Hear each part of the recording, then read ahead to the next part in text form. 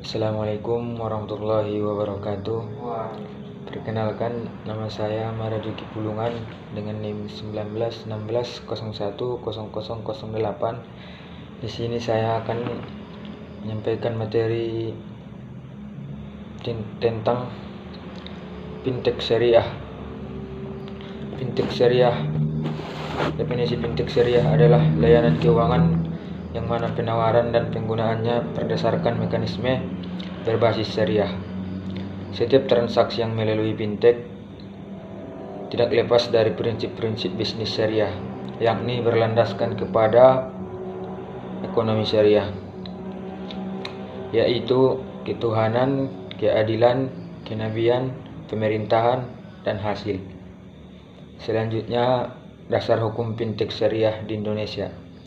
Fintech syariah di Indonesia ada dua, yaitu Bank Syariah Indonesia atau BSI dan Bank Muamalah. Mengenai layanan fintech syariah, tentu ada hukum yang mengatakan secara umum jalannya fintech, yakni sebagai berikut. Peraturan OJK nomor 77/VOJK.01/2016. Peraturan OJK atau VOJK ini tentang layanan berbasis teknologi informasi untuk kegiatan pinjam meminjam uang.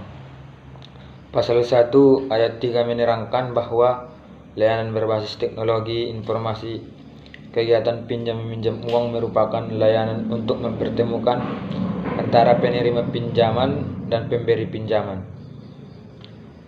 Undang-Undang Nomor 11 Tahun 2008 mengenai informasi dan transaksi elektronik memanfaatkan bahwa kegiatan yang dilakukan menggunakan jaringan komputer atau media. Peraturan Otoritas Jasa Keuangan nomor 1/POJK.07/2013 berkaitan dengan perlindungan konsumen untuk sektor jasa keuangan secara umum. Undang-Undang Nomor 8 Tahun 99. Selanjutnya, Peraturan Pemerintah Nomor 82 Tahun 2012. Selanjutnya, Peraturan Bank Indonesia Nomor 19/12/PBI/2017. Model-model fintech syariah yaitu financial technology atau peer-to-peer lending, yaitu layanan fintech pada bidang jasa keuangan dengan berpedoman pada prinsip syariah yang menghubungkan antara pemberi dan penerima. Selanjutnya, digital payment, yaitu cara pembayaran dengan menggunakan media elektronik. Digital payment merupakan jenis fintech bergerak pada lalu lintas pembayaran agar transaksi pembayaran lebih efektif dan efisien.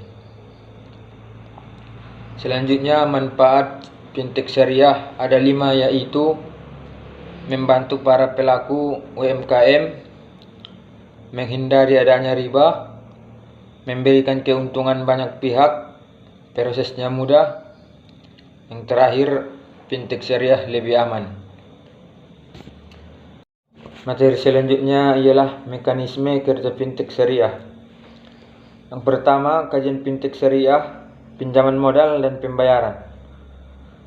Fintech adalah salah satu inovasi layanan keuangan dengan menggunakan teknologi untuk memudahkan masyarakat dalam mengakses produk layanan keuangan serta melemahkan barrier to entry. Saat ini fintech bahkan sudah diakui sebagai salah satu inovasi yang paling penting dalam industri keuangan dengan perkembangannya yang begitu cepat dan didorong oleh pemerataan ekonomi serta regulasi yang menguntungkan. Sebagai teknologi informasi, fintech memberikan ekosistem baru di industri keuangan dengan biaya yang cukup rendah, meningkatkan kualitas layanan keuangan yang baru, yang lebih beragam dan stabil. Ada 5 macam elemen ekosistem fintech syariah, yaitu fintech startup, teknologi developers, pemerintah, lembaga keuangan tradisional. Mekanisme pembiayaan dan pinjam-meminjam berdasarkan akad syariah dilakukan dengan mekanisme sebagai berikut. Yang pertama, penerima pinjaman menunjukkan pinjaman melalui website penyelenggara layanan. Yang kedua, penerima pinjaman mengirimkan berbasis berkas. Yang ketiga, penerima pinjaman mengirimkan dokumen terkait kebutuhan pembiayaan. Selanjutnya ialah sasaran fintech syariah. Terdapat beberapa poin penting yang merupakan elemen dalam sirkulasi fintech, yaitu 1. Tentang startup fintech yang memuat kegiatan pembayaran, tentang teknologi developers, tentang pemerintah, tentang pelanggan keuangan.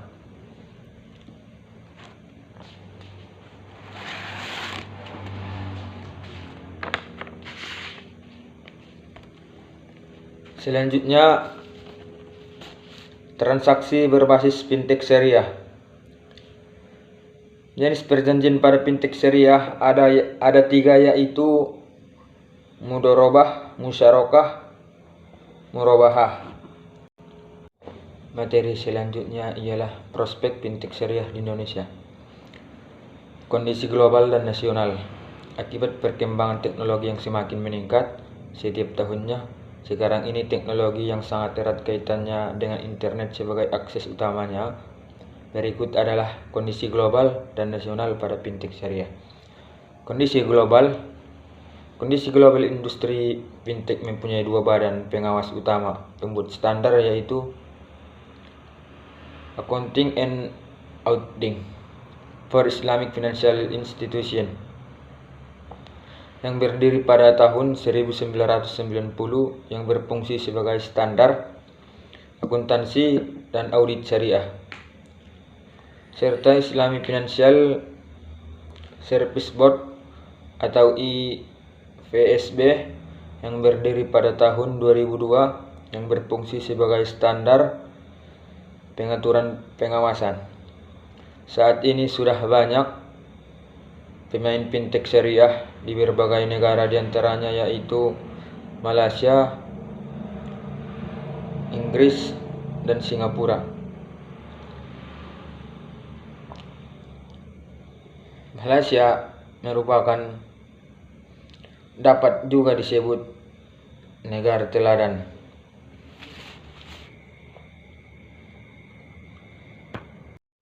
Negara Malaysia merupakan dapat disebut juga dengan negara teladan dalam hal fintech syariah, keuangan syariah yang berkembang dengan pesat dan banyaknya lembaga dengan pencapaian terhadap berbagai macam kebutuhan sumber daya manusia atau SDM. Di negara Inggris tumbuh pada abad 20 karena mayoritas penduduknya adalah memeluk agama Islam sebesar 2,5 juta, hingga dijuluki sebagai gudangnya inovasi keuangan berbasis syariah. Selanjutnya, negara Singapura. Investasi fintech syariah di negara Singapura baik dari 2 kali lipat sehingga menjadi $365 juta atau setara dengan 4 triliun lebih pada tahun 2018. Kondisi nasional. Menurut Bank Indonesia, perbankan syariah sangat potensial sejauh ini. Ada 12 juta nasabah atau 8,8% dari total nasabah nasional. Kemunculan fintech syariah menjadi jawaban dari persoalan dan juga problematika mengenai sistem keuangan yang berbasis teknologi. Terdapat bermacam di bidang usaha yang mempunyai potensi untuk dikerjakan dengan basis pelayanan fintech syariah, antara lain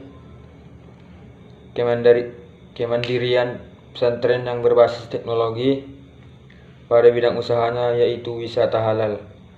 Fintech mampu berpeluang untuk memfasilitasi pembayaran yang cukup besar pada kondisi nasional.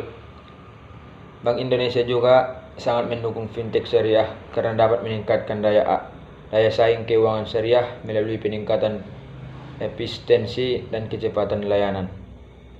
Dan didukung dengan jumlah penduduk Indonesia yang merupakan penduduk muslim terbesar di dunia, menjadikan bangsa pasar fintech syariah berpeluang terus meningkat.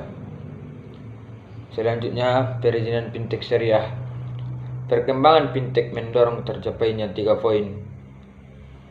Sektor jasa keuangan atau SJK di Indonesia tahun 2015 sampai 2019 dengan perannya yaitu: yang pertama, dapat berkontribusi dalam pengoptimalan peran kestabilan sistem keuangan. Yang kedua, menjadi landasan pembangunan berkelanjutan. Oleh karena itu, perkembangan ekosistem finansial teknologi berperan yaitu stabilitas moneter, stabilitas sistem keuangan, mendukung ekspor impor UMKM, mendukung pembangunan ekonomi, mewujudkan sistem pembayaran yang efisien, lancar, aman, dan dipercaya, mengurangi ketimpangan di masyarakat, mendorong inklusi keuangan negara bagi pelaku bisnis, memudahkan mengakses produk keuangan. Materi selanjutnya, fintech syariah di negara-negara dunia. Yang pertama, negara Malaysia.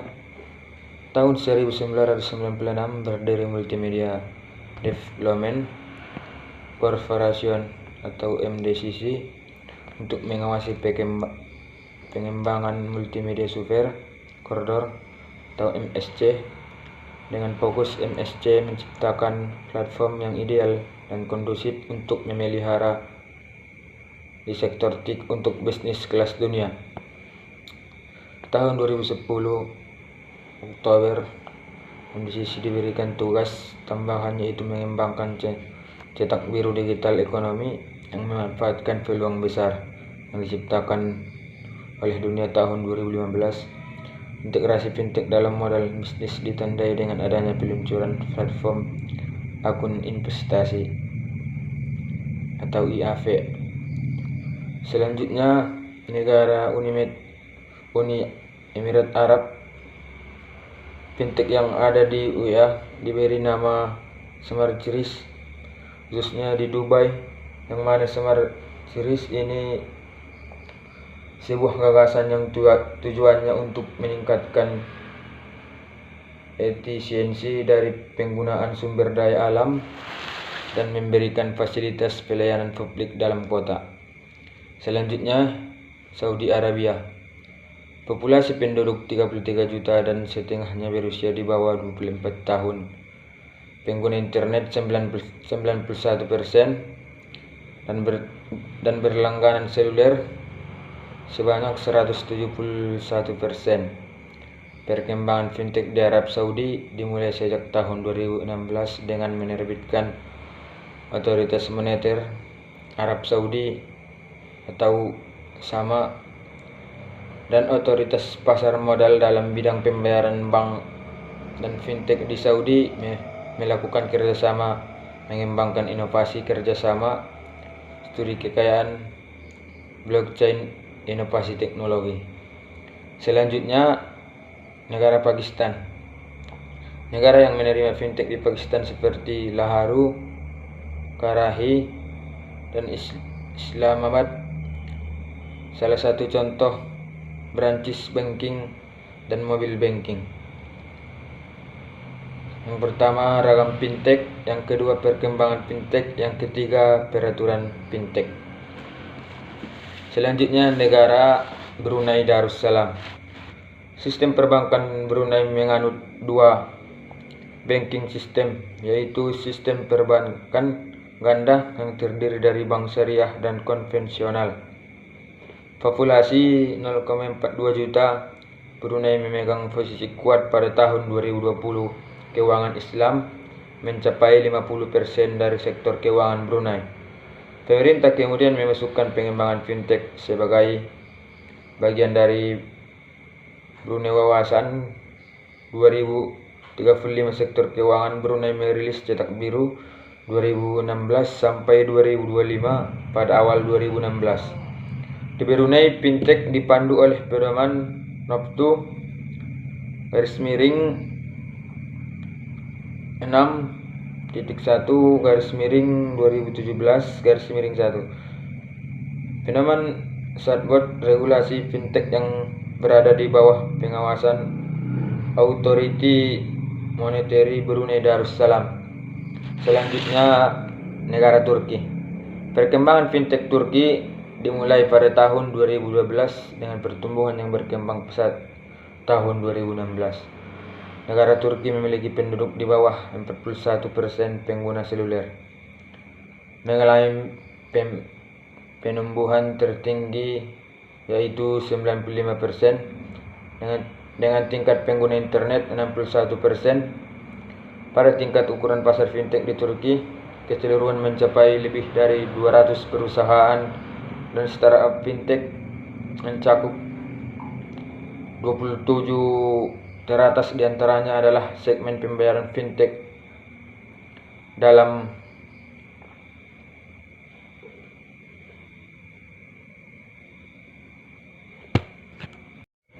kategori ini.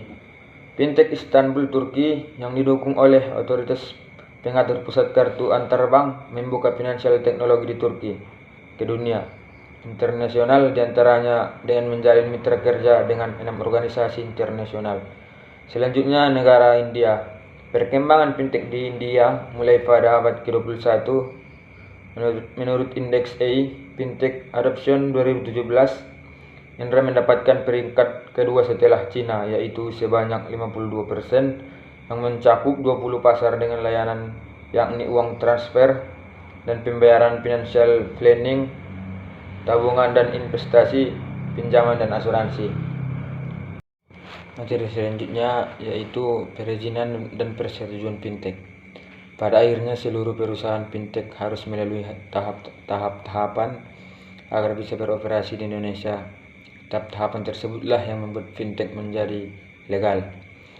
Ada 2 instansi yang menyelenggarakan perizinan dan persetujuan fintech. Yang pertama, Bank Indonesia. Sesuai dengan pasal Bank Indonesia 19/12/PDI/2017 tentang penyelenggaraan teknologi finansial. Berdasarkan peraturan ini, jenis layanan atau kategori fintech yang diatur adalah yang berbentuk layanan sistem pembayaran seperti e-money, e-wallet, EVO, dan link aja.